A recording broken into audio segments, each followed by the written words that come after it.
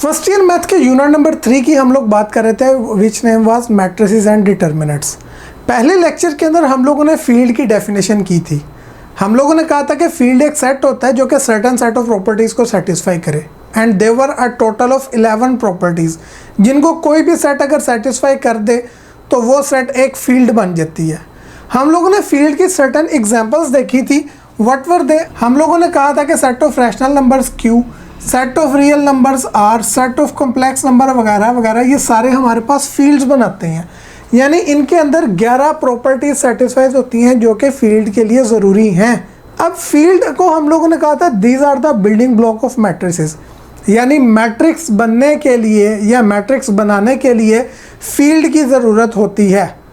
अब ये मैट्रिक्स क्या चीज़ है, हम लोग बार बार वर्ड यूज़ कर रहे हैं, तो मैट्रिक्स को अंडरस्टैंड करने के लिए हम लोग फील्ड की थोड़ी सी हेल्प लेते हैं। मैं क्या करता हूँ जी, मैं फ़र्ज़ कर लेता हूँ अपनी फील्ड में से कुछ एलिमेंट्स, सेम मैंने A, B, C, D, E and F 6 elements suppose कर लिए किसी एक फील्ड F में से। अब मैं क्या करूँगा जी, इस फील्ड के एलिमेंट्स को अरेंज करता हूँ जी in the form of rows and columns. ये रोज एंड कॉलम्स क्या चीज़ है? हॉरिजॉन्टल लाइन की जो अरेंजमेंट होती है उसको हम लोग रो का नाम देते हैं। यानी ये A, B, C, D, E, F अगर मैं इसको एक हॉरिजॉन्टल लाइन की फॉर्म में अरेंज कर दूं विद सर्टेन स्पेसिंग, तो ये मेरे पास एक हॉरिजॉन्टल लाइन की अरेंजमेंट में आ गया। इसी तरह आप हॉरिजॉन्टल लाइंस या वर्टिकल लाइंस में भी इनको अरेंज कर सकते हैं। यानी अगर कहा जाए तो ये एक हॉरिजॉन्टल लाइन है, but these are a total of 6 vertical lines जिनके अंदर मैंने इनको अरेंज किया है। थोड़ी बेहतर अंडरस्टैंडिंग के लिए मैं क्या करता हूँ जी, इन 6 एलिमेंट्स को 2 हॉरिजॉन्टल लाइंस और 3 वर्टिकल लाइंस में अरेंज करता हूँ। कैसे जी? से A, B, C एक लाइन बना ली एंड D, E, F ये एक दूसरी लाइन बना ली मैंने। अब ये मेरे पास 2 हॉरिजॉन्टल लाइंस हैं और 1, 2, 3 वर्टिकल लाइंस के में मैंने इसको अरेंज कर लिया है। ये जो अरेंजमेंट होते हैं in the form of rows and columns, जब मैं इस अरेंजमेंट को ब्रैकेट से क्लोज कर दूं then it is set to form a matrix. इसी तरह ये जो ऊपर मैंने सिंगल लाइन की अरेंजमेंट ली थी, अगर मैं इसे भी ब्रैकेट से एनक्लोज कर दूं then what it becomes a matrix. तो मैट्रिक्स को सिंपली हम लोग इस तरीके से कह सकते हैं कि फील्ड के एलिमेंट्स की रोज और कॉलम्स की शक्ल में अरेंजमेंट को जब आप ब्रैकेट से एनक्लोज कर दें then it make a matrix. तो इसकी डेफिनेशन हम लोग लिख लेते हैं जी, इसी चीज़ को अंडरस्टैंड करते हुए। What will I write? An arrangement, किसकी अरेंजमेंट जी? Of the elements of field. किस शक्ल में अरेंजमेंट होनी चाहिए जी? In the form of rows and columns enclosed by a bracket, forms a matrix। वही चीज जी के फील्ड के एलिमेंट्स को जब मैं हॉरिजॉन्टल लाइंस और वर्टिकल लाइंस यानी रोज और कॉलम्स की शक्ल में अरेंज करूं एंड देन उनको ब्रैकेट से एनक्लोज कर दूं, तो ये मेरे पास क्या बनाता है जी? It forms a matrix. ये हमारे पास आ जाती है जी मैट्रिक्स की डेफिनेशन। तो यहाँ से एक बात जहन में रख लें जी कि एवरी टाइम जब भी हम लोगों के पास मैट्रिक्स की एंट्रीज की बात होगी, यानी ये जो एलिमेंट्स हम लोगों ने मैट्रिक्स में अरेंज दिया इसको हम कहते हैं मैट्रिक्स की एंट्रीज। तो ये एंट्रीज हमेशा फील्ड में से ही ली जाएंगी। अब मैट्रिसेस की डेफिनेशन को अंडरस्टैंड करने के बाद हम लोग कुछ एग्जांपल्स बनाते हैं जी मैट्रिसेस की। यही मेरे पास फील्ड के एलिमेंट्स हैं, मैं इनकी डिफरेंट अरेंजमेंट बना सकता हूँ डिफरेंट नंबर ऑफ रोज और नंबर ऑफ कॉलम्स में। यहाँ पे मैंने 1 रो बनाई और 6 कॉलम्स बना दिए। इन सेकंड एग्जांपल मैंने 3 कॉलम्स बना दिए जबकि 2 रोज में इनको अरेंज कर दिया। इसी तरह मैं चाहूँ तो 3 रोज और 2 कॉलम्स में भी अरेंज कर सकता हूँ। वो कैसे जी? अगर मैं इसको ऐसे लिख दूँ जी, कैसे जी? यही एंट्रीज का ही मैं इस्तेमाल करता हूँ, A, B, C, D, E, F। मैं A, B, C को एक कॉलम में और D, E, F को दूसरे कॉलम में अरेंज कर लेता हूँ। अब ये मेरे पास नंबर ऑफ रोज 3 हो गई हैं जबकि कॉलम्स कितने आ गए हैं? 2 आ गए हैं। इसी तरह से सारी एंट्रीज को ना भी यूज़ करें, अगर मैं यही एक एग्जांपल बना लूँ जी सिर्फ 4 को यूज़ करते हुए A, B, C, D, तो ये भी मेरे पास एक मैट्रिक्स ही है। इसी तरह से जैसे मैंने एक रो में इसको अरेंज किया, हम लोग एक कॉलम के अंदर भी अरेंज कर सकते हैं। वो कैसे जी, ये लें जी, मैं A B C D एक कॉलम के अंदर और 4 रोज में इसको अरेंज कर दिया। तो ये अरेंजमेंट मेरे पास डिफरेंट तरीक़ों की हो सकती है, but one thing must be kept in mind कि all these entries must belong to a certain field. अब मैट्रिक्स की नेमिंग कैसे की जाती है? आमतौर पर हम लोग मैट्रिसेस को जो है ना वो कैपिटल लेटर से डिनोट करते हैं। अगर मैं इसकी बात करूं, मैंने इसको कोई नाम देना से, मैं इसको कह देता हूं ये मेरा कोई M मैट्रिक्स है, तो मैं इसको कैपिटल M से डिनोट करूंगा। जब भी मैट्रिसेस की नेमिंग की बात आती है तो हम लोग कैपिटल लेटर्स को कन्वेंशनली इस्तेमाल करते हैं। इसको मैं कोई मैट्रिक्स A कह देता हूँ। सिमिलरली ये 3 मैट्रिसेस हैं, इनके भी कोई नाम रख लें, से B, कैपिटल B, C और D। ये हम लोगों ने अपनी नेमिंग कर ली है। तो किसी भी तरीके से डिफरेंट नंबर ऑफ रोज और कॉलम्स में हम लोग अपने एलिमेंट्स को अरेंज करके डिफरेंट मैट्रिसेस अटेन कर सकते हैं। अब मैट्रिसेस में जो सबसे पहली चीज़ हमें समझने की ज़रूरत है वो है ऑर्डर ऑफ अ मैट्रिक्स, कि किसी भी मैट्रिक्स का ऑर्डर क्या होता है। मैट्रिक्स के ऑर्डर को हम लोग उसकी रोज और कॉलम्स की हेल्प से डिफाइन करते हैं। कैसे जी? पहले इसकी डेफिनेशन लिखते हैं जी। इफ़ अ मैट्रिक्स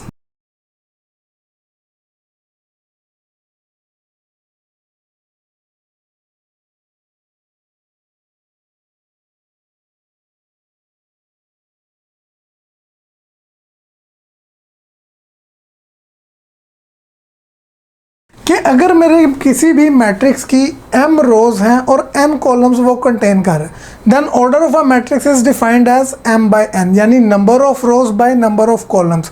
ऐसे भी लिखा जा सकता है और मल्टीप्लिकेशन के साइन के साथ भी लिखा जा सकता है, but it is always read as by. तो ये हमारे पास किसी भी मैट्रिक्स के ऑर्डर की डेफिनेशन है कि उसमें जितनी रोज हैं उनकी तादाद और कॉलम्स की तादाद इस तरीके में लिखने को हम क्या कहते हैं? मैट्रिक्स का ऑर्डर कहलाता है। अब मैंने पीछे कुछ एग्जांपल्स लिखी थी जी मैट्रिसेस की, ये हमने बनाई थी M A B C D। हम इन सारे मैट्रिसेस के ऑर्डर बारी बारी चेक कर लेते हैं। अगर मैं अपने M मैट्रिक्स की बात करूं तो इसमें कितनी रोज है जी? It contains only a single row. और कॉलम्स कितने? कॉलम्स हमारे वर्टिकल लाइंस वो हैं जी 1 2 3 4 5 6, यानी इसके अंदर 1 रो है और 6 कॉलम है। यानी मेरे पास जो ऑर्डर बनेगा M का वो कितना होगा जी? Order of matrix M will be equals to 1 row है, जबकि कॉलम्स कितने हैं जी? 6। Then its order will be 1/6।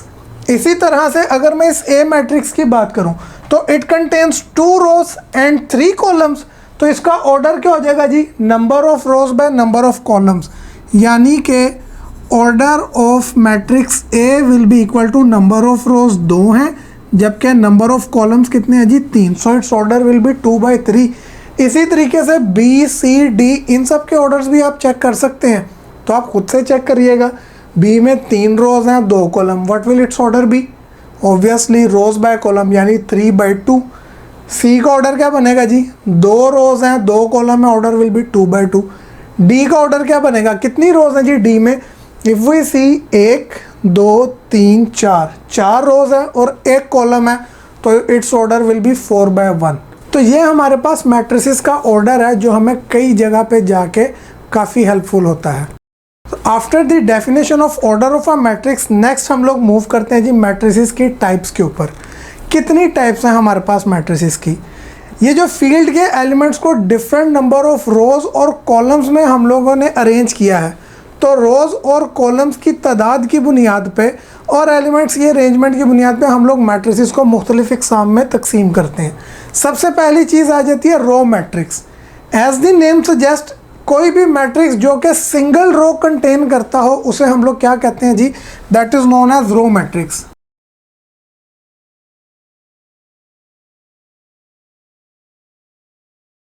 कि ऐसा मैट्रिक्स जो सिर्फ और सिर्फ एक रो कंटेन करता हो। ये प्रीवियस एग्जांपल्स जो हमने लिखी थी इनमें से आप गेस कर सकते हैं कौन सा मैट्रिक्स रो मैट्रिक्स होगा, यानी वो जो कि सिंगल रो कंटेन करता हो। And it is the first one, that is the M। एक ही रो आ रही है इसके अंदर, 6 कॉलम्स है बट रो इज सिंगल, तो ये मेरे पास रो मैट्रिक्स की एग्जांपल है। एग्जांपल में आप उसी को लिख सकते हैं या आप कोई और भी अपने पास से बना सकते हैं। मैं एक नई एग्जांपल बना लेता हूँ जी। एंट्रीज में रख लेता हूँ जी इसकी 1 और 3। मतलब मैंने 2 कॉलम्स बनाए हैं लेकिन रो एक ही रखी है। नंबर ऑफ कॉलम्स के कोई फ़र्क नहीं पड़ता, जितने मर्जी कॉलम्स हो, बट रो मस्ट बी 1। आप चाहें तो कोई और मैट्रिक्स की एग्जांपल भी बना लें। आप कॉलम्स की तादाद बढ़ा सकते हैं, से 1 2 3 कर दें, या आप कम भी कर सकते हैं। एक डी मैट्रिक्स मैं बना लेता हूँ जिसके अंदर सिर्फ सिंगल एंट्री है 1, तो एक ही रो है, it is a row matrix. Row matrix के बाद अगली चीज़ हमारे पास आ जाती है जी कॉलम मैट्रिक्स। रो मैट्रिक्स को हम लोगों ने कैसे डिफाइन किया जी, एक ऐसा मैट्रिक्स जो कि सिंगल रो कंटेन करता हो वो रो है। तो कॉलम मैट्रिक्स को आप गेस कर सकते हैं जी, बिल्कुल सही, ये वो मैट्रिक्स होगा जो कि सिंगल कॉलम कंटेन करता हो, a matrix having only 1 column.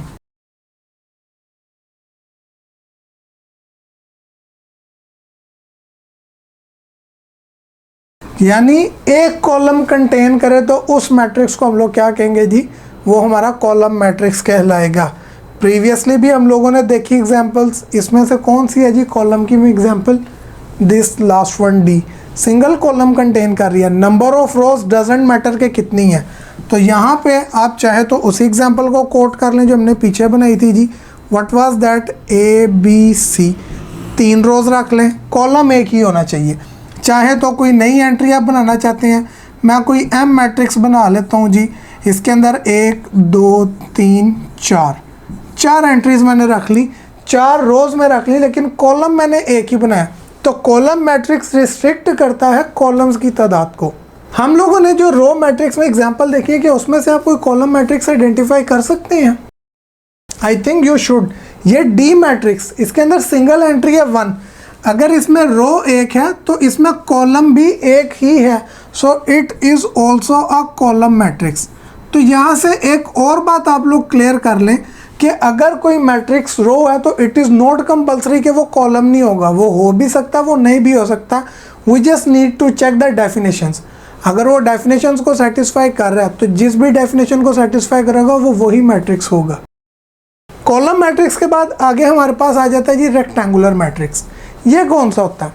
एक ऐसा मैट्रिक्स जिसमें रोज और कॉलम्स इन दोनों की तादाद इक्वल ना हो, उसे हम क्या कहते हैं जी, रेक्टेंगुलर मैट्रिक्स कहते हैं। डेफिनेशन लिखते हैं जी इसकी सबसे पहले।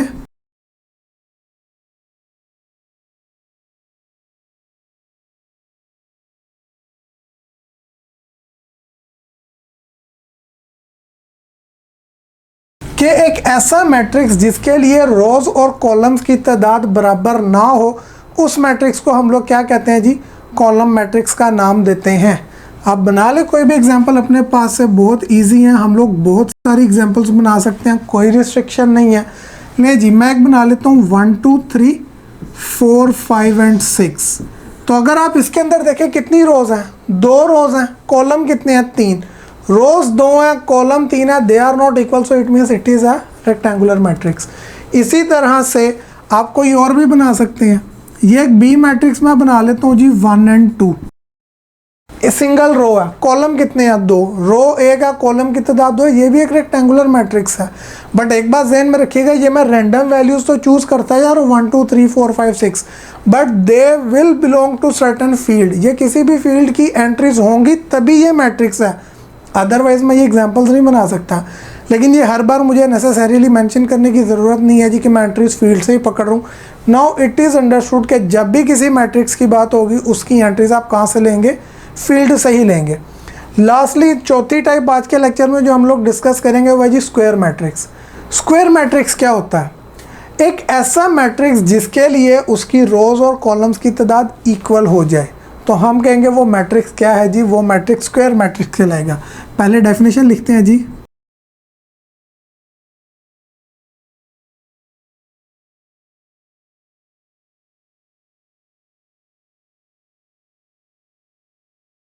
कि एक ऐसा मैट्रिक्स जिसकी रोज और कॉलम्स की तादाद बराबर हो उसे हम लोग क्या नाम देते हैं जी, स्क्वायर मैट्रिक्स का नाम देते हैं। एग्जाम्पल्स बनाना चाहते हैं आप खुद से बना सकते हैं, कोई मुश्किल काम नहीं है। नहीं जी मैं एक एग्जाम्पल बना लेता हूँ, एस कह देता हूँ जी मैं अपने मैट्रिक्स को, सिंगल एंट्री 1, कितनी रोज है इसके अंदर, सिंगल रो है, कॉलम कितने हैं, एक ही है, तो ऑर्डर क्या होगा 1 by 1, यानी रोज और कॉलम्स की तादाद इक्वल है, it means it is a square matrix. इसी तरह से आप लोग कोई और भी बना सकते हैं। इससे कोई क्यू मेरे पास मैट्रिक्स है 1 2 3 4, नहीं जी कि 2 रोज़ हैं 2 कॉलम्स हैं, रोज़ और कॉलम्स की तादाद इक्वल है, it is a square matrix. और इस तरह की बेशुमार एग्जांपल्स आप लोग खुद से बना सकते हैं। यहाँ पे मैंने मैट्रिसेस की टाइप्स आपको करवाई 4 डिफरेंट, उनकी एग्जांपल्स हम लोगों ने डिस्कस की। But at the end of lecture मैं आप लोगों के लिए भी एक काम छोड़ रहा हूँ, you should calculate their order, कि ये जितने भी एग्जांपल्स हम लोगों ने मेंशन किए हैं रो, कॉलम, रेक्टेंगुलर और स्क्वायर मैट्रिसेस की, इन सब के ऑर्डर्स आप लोगों ने कैलकुलेट करने हैं। हम लोगों ने मैट्रिसेस की डेफिनेशन पढ़ी, उसके डिफरेंट टाइप्स को डिस्कस किया, 4 टाइप्स को हम लोगों ने इस लेक्चर के अंदर डिस्कस किया।